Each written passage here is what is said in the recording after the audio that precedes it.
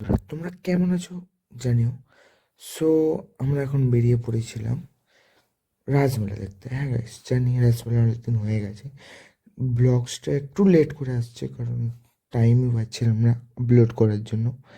এখন ফাইনালি একটু টাইম পেয়েছি, সো দ্যাটস ওয়াই তোমাদেরকে এই ভিডিওটা দেখাচ্ছি। সো কেমন হয়েছে তোমরা তো জানাবেই, সাথে আমাদের সঙ্গে থেকো আমরা কি কি করছি না করছি দেখার জন্য। চলো।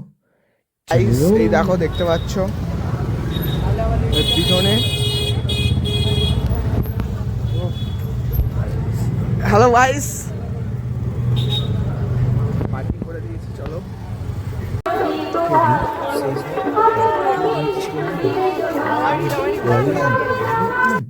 পুরো বাইরে আর ঠান্ডাটাও ছিল।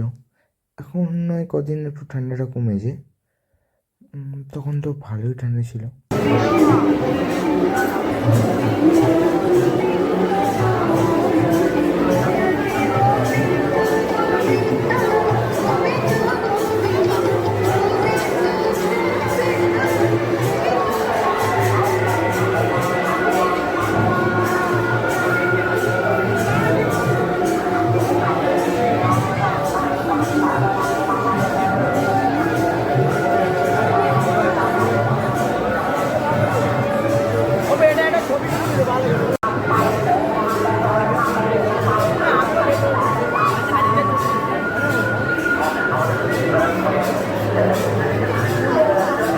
গাইস, তোমরা একটা জিনিস দেখো, দেখো এইটা মেয়েদের লাইন আর ছেলেদের লাইন দেখো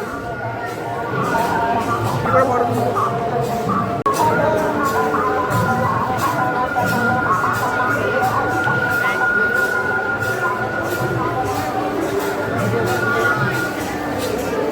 শুরু হচ্ছে যুগাবতার শ্রী শ্রী রামকৃষ্ণ পরমহংস।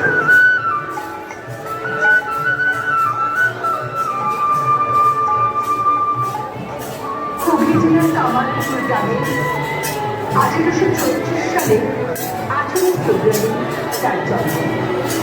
বাবা তোমাদেরকে তো মেন পার্টটা দেখিয়ে দিলাম, মানে যেখানে রাস হচ্ছে।